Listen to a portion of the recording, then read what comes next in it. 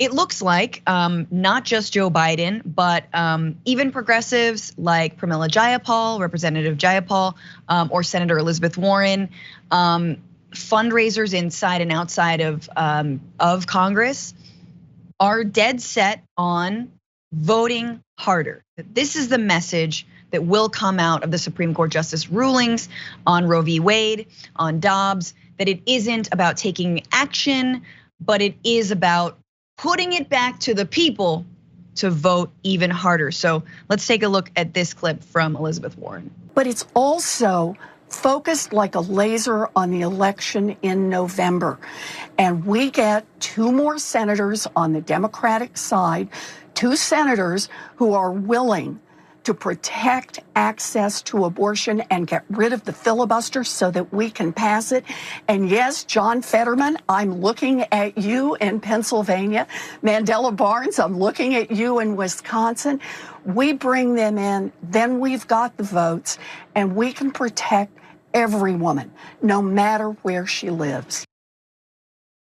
So that is a big promise from a senator who is also, to her credit, advocating for other action beyond what, let's say, the president is advocating for in terms of opening clinics on federal lands, taking executive action to protect the right to get an abortion in this country. But she's also giving some, and this is the question, is this hard reality, hard truth about the election that's coming up? I want to jump down to, this is from CNN, obviously reminding us that Democrats can hold the Senate by merely reelecting incumbents, merely, that's a fun word. In Arizona, Georgia, Nevada, and New Hampshire, all states Biden won in 2020. They can't keep them all. Pennsylvania and Wisconsin provide chances to flip Republican seats in 2 more states Biden won. So it's holding on to these and adding 2 more, Pennsylvania and Wisconsin.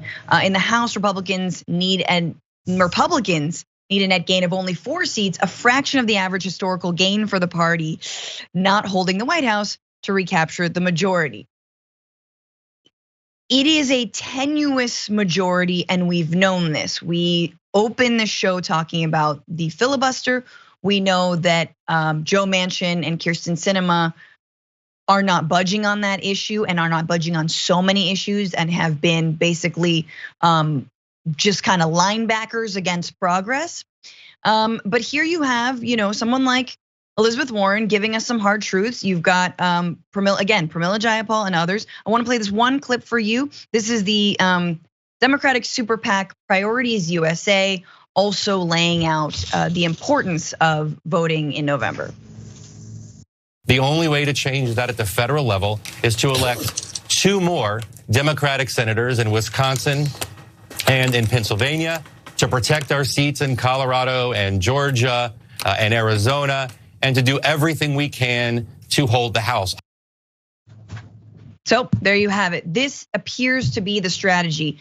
We see the limitations of this administration. We see what they're not willing to do to protect Roe and protect abortion rights.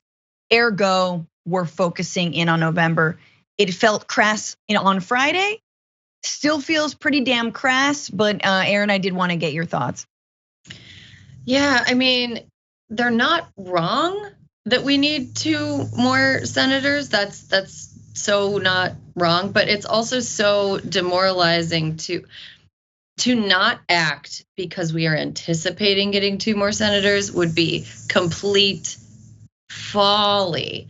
It would be so silly. This is what we have right now.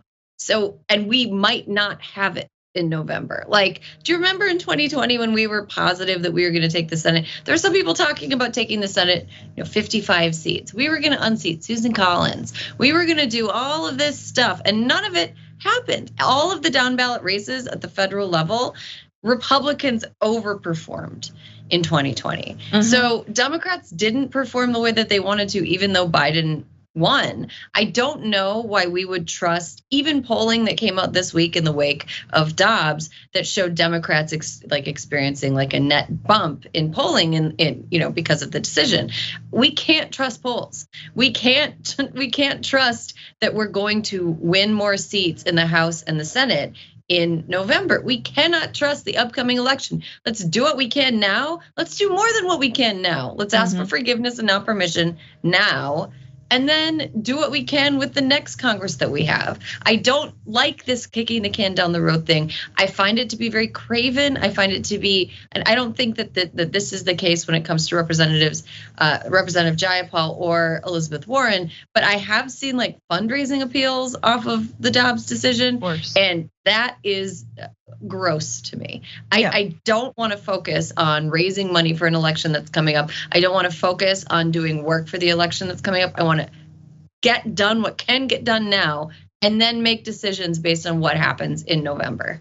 Right, and as you mentioned with the incredible analogy to Bugs Bunny and Elmer Fudd, like basically now Elmer Fudd is convincing the American voters to be the Elmer Fudd, and they're doing the Bugs Bunny on Democrats, right? They're trying to, dupe us into being like, oh, I swear, I promise that we'll do this because Mitch McConnell said a thing. Like, who are you banking your promise on? Oh, because Kyrsten Sinema said a thing, because Joe Manchin said a thing, because every single senator, I'm sorry, do we have their like sworn testimony written in blood? Do we have like a little blood oath going on? Like, what is, we have a pinky swear happening? Like, how do we know all these senators will in fact do what they, and it's you're holding us hostage without actually giving us the plan, right? So you say, what is your plan of action?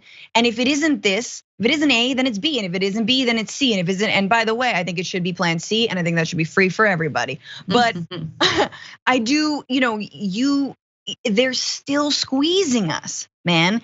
And I feel like, yes, a vote in 2020 for Joe Biden, in my opinion, was a strategic vote against fascism. And I think that mattered. And yet, I also believe that the pitch that the Democratic Party was making in 2020 was vote us in and we will steer us clear of this fascist takeover. We will right the ship. We will turn it around. We know we're hanging off the cliff here. Not, hey, we're gonna fall, but here's like a very small, some water wings. Maybe you'll survive when we crash. That's utter crap. It is not enough. And so I do wanna, and I know we need to take polling with a grain of salt, but this was interesting. The YouGov poll with CBS News, Roe v. Wade and the midterms overturning them, it makes you do what? Democrats say 50% more likely to vote, 8% less likely, 52% no effect. Republicans, interestingly, only 20% more likely to vote, and 77% say no effect. So clearly, there's minimal more of a fire being lit underneath Democrats than Republicans, which is very interesting because you got Mike Pence doing, victory laps here. But it doesn't seem to be stirring the base, and you wonder maybe that's because most people in America, even if they're Republicans, believe in a woman's right to choose. But I almost feel like Democrats look at that and they're like, yeah, hell yeah, doing nothing, it actually kind of works. Just scaring them, that kind of works. Final words, Erin. Yeah, here's the thing. You mentioned earlier about that Joe Biden was going for this middle vote, right? The kind of like, oh, I live in a suburb, but I have a gay friend, that sort of vote. The thing is, abortion rights are so popular that middle vote on that issue doesn't exist. Like, what is it, like 60% of people didn't want to overturn Roe? That is like, he's appealing not to the middle, he's appealing to like the right, like the far right, and they wouldn't vote for him anyway. I feel the same about like other issues that I think would be really advantageous for Democrats to bring up right now. Okay, look, abortion is banned in a lot of places. So why don't we have a federal family leave program? Why aren't Republicans' bluffs being called? If you care about families so much, let's support them. Let's make motherhood a little bit easier as we figure out a way to un-F what has been effed. Like let's figure out a way to support the people that are going to be forced to have children. Democrats aren't doing that either. I really wish, like you said, that there was a clear plan, like, guys, there is no we got this, but we have a plan for how we're going to attack this. And I wish we knew the plan of attack, and I wish we could see it in action. Right now, it just feels like I'm putting a lot of messages in my spam folder, and I'm unsubscribing from a bunch of texts asking for money. And I need more than that from Democrats. I love that. And you know that, you could, Joe Biden loves bipartisanship, and calling Republicans bluff on whether or not they are a pro-family party by putting together a robust parental leave, universal child care program. Child tax credit. Why don't we extend why do we extend it for longer? Like it's right there. We were just doing it. Yep. Like, why just bring it back? Yep. Why not? It's I don't want to be the president ever. It seems like a hard job that sucks. But like, I feel like maybe Joe Biden should listen to people who have some ideas around what could be done, what could be made out of this situation. I think it's terrible in almost all respects, but also presents some opportunities to actually enact some change.